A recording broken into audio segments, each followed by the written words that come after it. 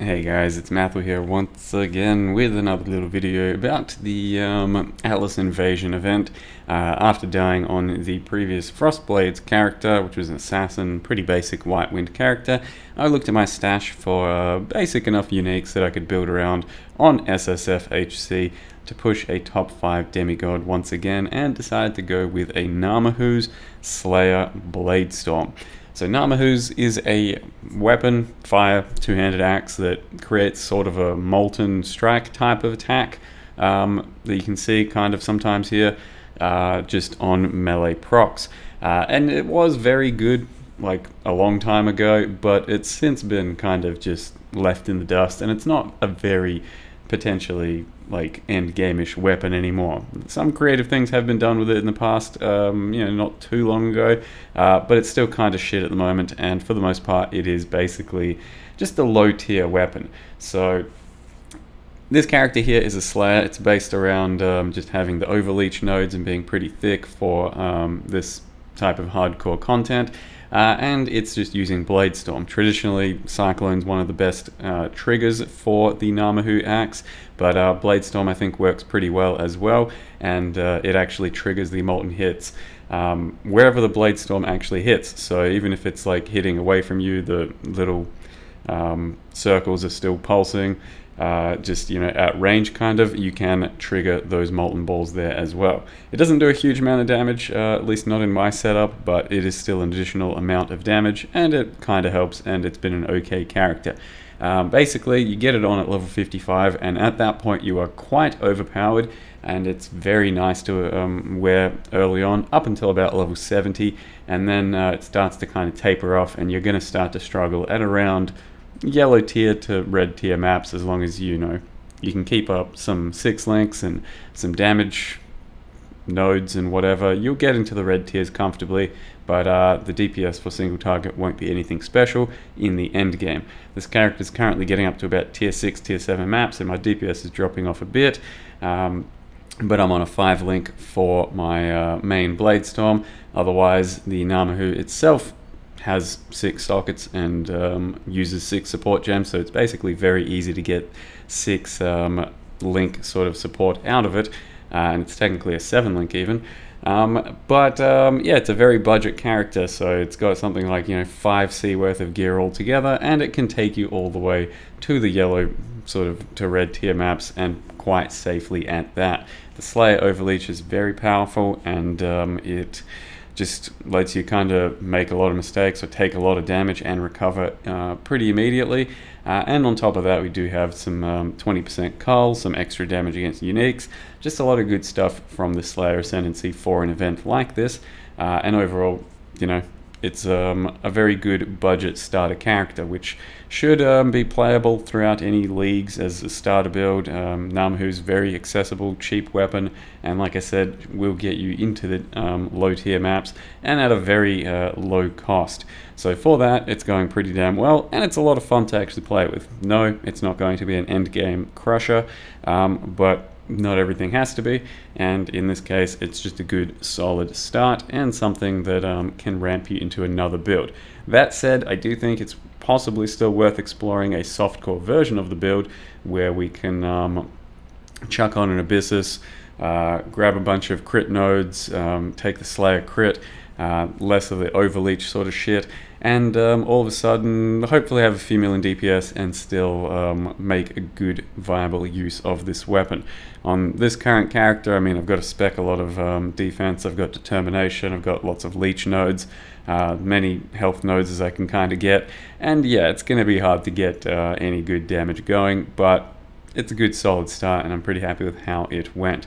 As well as that, you can see that I do sometimes press Lion's Roar, and in this case it's more of a defensive flask than an offensive flask, because it doesn't add all that much damage, and it is just a bit of extra armor, but the main purpose is actually to knock things back and keep them away from you so that they're not in melee range.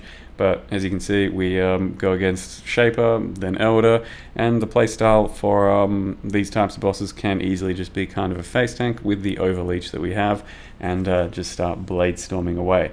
The Helm enchant for Bladestorm would be pretty damn handy as well for one additional Bladestorm, since you can typically only have 3 up. And if you don't really give a shit about Ngamahus, but you like the Bladestorm, then it's actually a pretty damn good skill if you've never tried it. A good Voidforge version would probably be the strongest thing you can do, and it is an absolute beast of a build. If you ever do something like Voidforge Bladestorm as a Slayer or a Berserker, it is pretty damn fun, and it does just crush pretty much everything in the game as far as I can remember. It can reach tens of millions of DPS. So anyway, let me show you what I've done with the character thus far. So here's a little character, level 86, Slayer, called Average Bone Rain Enjoyer. Previous character died to Bone Rain, thoroughly enjoyed it, would die again. And like I said, built around the Ngamahu axe, so it's got a bunch of fizz damage, pretty low tier, so you know, not a huge amount of fizz. It's a level 55 weapon after all. A lot of your fizz is converted straight to fire, and then you damage, your damage then penetrates 20% fire, and the Molten Burst on melee hit. So what we got here is this Molten Burst here. You can check it in Path of Building for how much damage it's doing and all that. And it obviously is built into the weapon, so you then just get 6 sockets and whatever the hell you want in there. It is a projectile attack, so it starts out with 4 projectiles, so GMP essentially doubles those projectiles, but bit of debate as to whether or not to use that, because it's assuming that all of your additional projectiles are hitting as to whether or not it's additional value. So you try and make them hit more reliably with something like slower proj, or speccing into slower proj, so that they don't travel out as far, and then they are condensed and hitting a boss. On the larger bosses, it's pretty comfortably always going to be hitting all of the balls. So otherwise you have Fire Pen, or currently I've got Fire Pen, Conk Effect, Slow Proj, GMP, Vicious Proj, and LE damage with attacks. Could also do LE Focus. Damage on full life is a pretty good one. Inspiration is still possible if you're triggering Inspiration with your main attack. Plenty of things that can be done there if you have other colors that need doing. Or if you're going crit build, then there's a bunch of crit stuff. In any case, the Bladestorm itself is in my Lore Weave. Lore Weave is basically just the best chest I could easily put together on Invasion boss event, and getting 60 rings is incredibly easy. Just a 78 max res Lore Weave, pretty close to nothing else good for us here. A little bit of LE damage, bit of life and all that. And the Bladestorm has Bladestorm attached to LE Focus, melee physical damage, close combat, and added fire. Those are the links at the moment. A 6th link at this stage, I don't know, probably LE damage with attacks, some shit like that. Doesn't really matter. Doubt I'm getting a 6th link. Otherwise, the rest of the gear, very basic. Just life and some res and stuff. So an absolutely worthless character so far. Got a nice pair of boots in Act 9 that I could then just craft some movement speed on. So these are pretty damn cool. Otherwise, yeah, very basic gear, and a Carnage Heart, because Slayer does really kind of like the leeching stuff, so a bit of extra total recovery from life leech is not bad, and overall it's a very nice amulet. It's just missing some life. But the Slayer Ascendancy gets the 100 max recovery per life leech. Life effects not removed when unreserved life's filled. Reduced damage taken. You get the overkill leech here. You get lots of other bonuses there as well.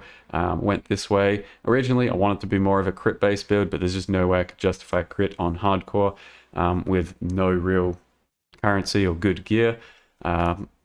Otherwise, yep, also go over to Vile Pact. Only just picked this up pretty recently, and it feels kind of unnecessary, but it is still very powerful to do for a Slayer. So, you know, it's technically worth it, but in my stage, it didn't feel very necessary just yet.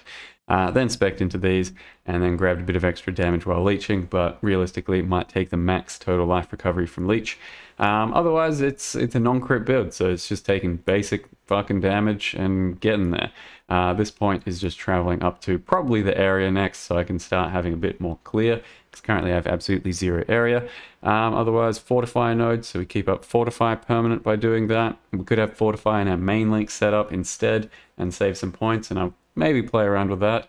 Otherwise, triple damage, just teens a bit there. We got the Axe Mastery. It's the first time I'm playing with this. Enemies you hit are destroyed on kill. So it's got a very similar effect to a Pyre. ring, and it's pretty damn fun to have. You destroy any corpses that you hit as a non-crit build without having any, like, you know, explosion chest or ignite or anything like that, so it's pretty damn powerful.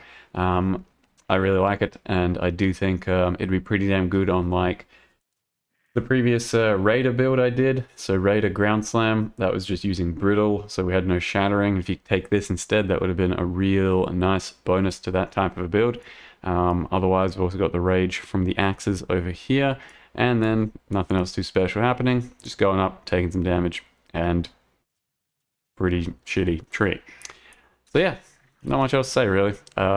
Ancestral War Chief with Ancestral Protector, Combustion. I'd like a Curse on Hit ring, don't yet have one. Don't have a Wave of Conviction, but I think I could squeeze that in right there as a last gem slot. And just Life Tap, Leap Slam, faster attacks, Molten Shell, Determination, Blood Rage. That's all there is to it. And Herald of Ash, the effect that you're seeing is the Dragon Hunter Herald of Ash. And this weapon that I've been asked a few times is the Ravager weapon. The second tier of new supporter packs, pretty expensive. But there's lots of good axes out there to look cool anyway. So I hope you guys enjoyed this basic little character rundown. Thank you very much for watching, and see you next time.